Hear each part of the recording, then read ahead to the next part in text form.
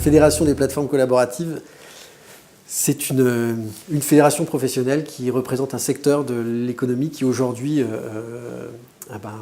se déploie et prend toute son ampleur, l'économie collaborative. On compte aujourd'hui une trentaine de membres, des plateformes françaises ou étrangères opérant en France, avec 3 missions particulières de cette association. C'est une association loi 1901, donc bien entendu sans but lucratif.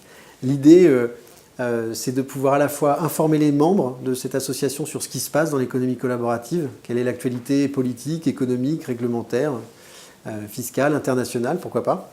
L'autre mission, c'est bien entendu de faire la promotion de l'économie collaborative pour montrer qu'elle est vertueuse et qu'elle est bénéfique pour tous.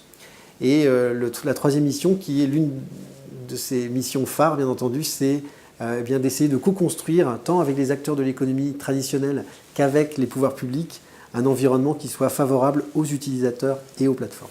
Alors cette économie collaborative, elle constitue un peu une révolution parce qu'elle vient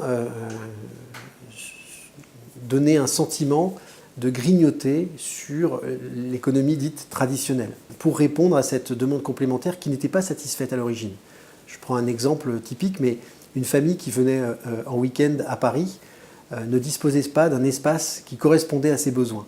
Donc cette économie, elle fait aujourd'hui l'objet de beaucoup d'articles et de beaucoup d'actualités parce que à la fois elle vient bousculer certains secteurs et en même temps elle rencontre un engouement extraordinaire. Il faut savoir qu'en France, 95% des Français ont déclaré avoir déjà eu une expérience dans l'économie collaborative et 62% d'entre eux déclarent l'avoir régulièrement. Ça représente un marché très très important à l'avenir. Et forcément, qui dit marché, dit réglementation. L'économie collaborative vient, comme je le disais, bousculer certains secteurs.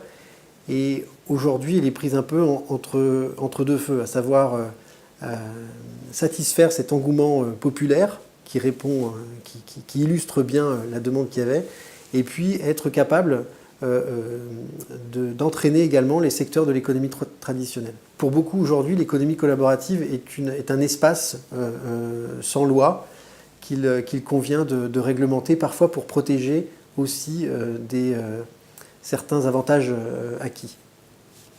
Donc on cherche aujourd'hui à réglementer l'économie collaborative. Il y a près de 300 plateformes aujourd'hui, ça représente des emplois, il y a 200 000 utilisateurs collaboratifs en France aujourd'hui. On est un véritable pôle de compétences qu'il convient de soutenir. Et ce qui a fait la force de l'économie collaborative, c'est sa simplicité d'utilisation.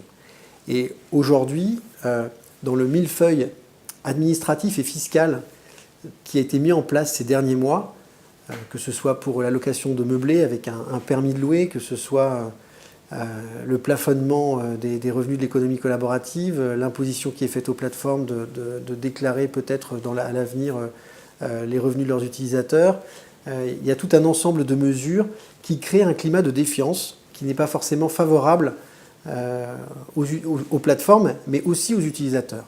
Or, les utilisateurs, ce qu'ils réclament aujourd'hui, c'est de la simplicité, c'est ça qu'ils ont retrouvé dans l'économie collaborative. Et cette simplicité, elle doit aussi se retrouver dans les dispositifs fiscaux et sociaux qu'on peut mettre en place pour encadrer à minima cette économie nouvelle qui va transformer l'ensemble des relations économiques de demain. Nous croyons beaucoup que l'économie collaborative et l'économie traditionnelle doivent travailler ensemble, que des synergies existent entre ces deux économies, qu'elles sont vertueuses pour les utilisateurs, pour l'économie et pour les travailleurs. Elles permettent une transformation intelligente, elles permettent d'apporter une bouffée d'air d'innovation dans certains secteurs de l'économie qui étaient un peu sinistrés. Et donc économie traditionnelle et économie collaborative, acteurs de l'économie traditionnelle et plateformes collaboratives, doivent, à mon sens, aujourd'hui travailler ensemble pour trouver leur synergie par des investissements, par des partenariats. Et en parallèle, les pouvoirs publics doivent donner les moyens à cette économie collaborative de se développer. Et donc de créer un cadre, un environnement qui soit favorable aux plateformes et aux utilisateurs, en gardant cette simplicité d'utilisation sans inventer des dispositifs fiscaux ou administratifs trop contraignants. L'un des rôles de la Fédération des plateformes collaboratives, c'est d'appeler à la co-construction d'un environnement favorable aux utilisateurs et aux plateformes. Et cette co-construction, elle est indispensable.